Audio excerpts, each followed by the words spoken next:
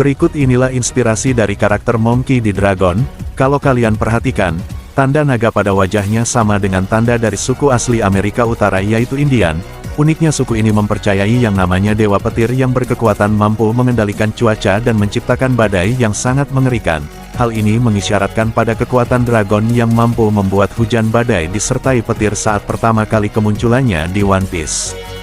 Dalam mitologi Amerika Utara, sang Dewa Petir tersebut berbentuk burung supernatural yang sangat besar, di dalam bahasa Inggris disebut sebagai Thunderbird, namun Thunderbird memiliki nama lain yang diartikan sebagai Wakia.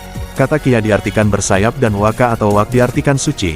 Menurut kepercayaan dari suku Indian, hujan dan badai yang terjadi di wilayahnya adalah hasil dari kepakan sayap Thunderbird. Burung ini juga mampu menembakkan petir dari matanya.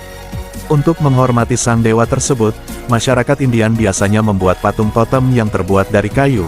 Kata totem dimaknakan sebagai bentuk kepercayaan manusia terhadap adanya sifat kekuatan ilahi yang terkandung dalam sebuah benda atau makhluk hidup selain manusia.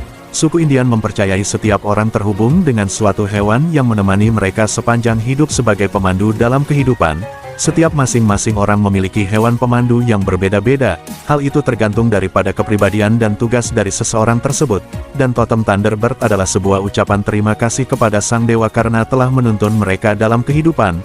Oleh karena itu pada tiang totem, Thunderbird ditaruh pada bagian atas, karena kedudukannya sangat tinggi dalam kehidupan. Hal tersebut menjadi acuan pada posisi Dragon sebagai pimpinan pasukan revolusi. Pada anime One Piece, Dragon belum diperlihatkan kekuatan maksimalnya. Namun para nakama mempercayai bahwa Dragon memiliki power yang sangat luar biasa dalam mengendalikan cuaca. Di sisi lain ada teori liar dari beberapa fans yang mengatakan bahwa dulunya mungkin Dragon adalah salah satu Gorosei dalam pemerintahan dunia, namun setelah kemuakannya dari kekejaman pemerintah pada penduduk Ohara, dia memberontak dan membuat pasukannya sendiri yang disebut Revolution Army. Dari hal itu dia mendapatkan julukan sebagai naga pemberontak atau juga sang revolusioner yang menjadikannya orang paling berbahaya di dunia. Meskipun bounty Dragon belum diketahui secara resmi, namun diperkirakan harganya bisa mencapai 6 miliar berry. Teori ini belumlah pasti disebabkan tidak ada info resmi dari Eiichiro Oda, tapi hal yang bisa diterima sekarang adalah Dragon dulunya seorang marinir seperti ayahnya tapi belum diketahui divisi bagian apa. Tujuan utama Dragon dalam membentuk pasukan revolusi adalah melawan kekuasaan pemerintah dunia dalam penindasan politik dan korupsi, terutama kaum naga langit yang suka memperbudak manusia. Pada chapter 1096 kita diperlihatkan kekejaman mereka yang menjadikan penduduk pulau God Valley sebagai buruan yang disebut sebagai kelinci. Mereka benar-benar keji dalam mempermainkan nyawa manusia. Anehnya pihak angkatan laut yang di sana hanya sebagai penonton dalam penindasan tersebut. Mereka berpendapat jika suatu negara atau daerah yang tidak berafiliasi dengan pemerintah maka penduduk pada wilayah tersebut akan diperbudak atau dibinasakan.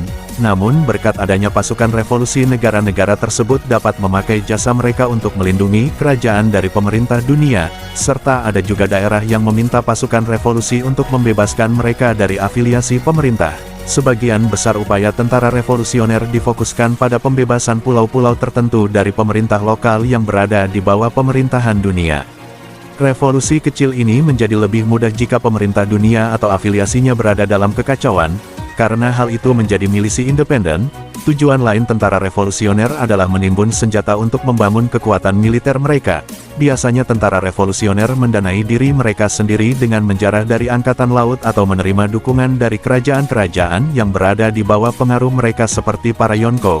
Upaya perang tentara revolusioner mencapai puncaknya ketika para kepala negara terkemuka dan masyarakat umum mengakui perlawanan mereka terhadap pemerintah dan terkejut dengan upaya tersebut. Pesatnya perkembangan dan kemajuan gerakan perlawanan ini membuat pemerintah sangat gelisah sehingga mereka diharuskan untuk memulai operasi rahasia yang tidak diketahui masyarakat umum untuk mengganggu rencana mereka. Kekuatan tentara revolusioner dibagi menjadi 5 divisi pasukan. Masing-masing divisi tersebut beroperasi di wilayah tertentu di dunia. Sebagai contoh, Angkatan Darat Ji beroperasi di Lautan Grand Line, Angkatan Darat Utara beroperasi di Jalur Biru Utara, Angkatan Darat Timur beroperasi di Jalur Biru Timur, Angkatan Darat Selatan beroperasi di Jalur Biru Selatan, dan Angkatan Darat Barat beroperasi di Jalur Biru Barat. Ivankov bertugas mengkomandani pasukan Ji, Kararu komandan dari pasukan Utara, Below Betty pasukan Timur, Morley pasukan Barat, dan Lindbergh pasukan Selatan.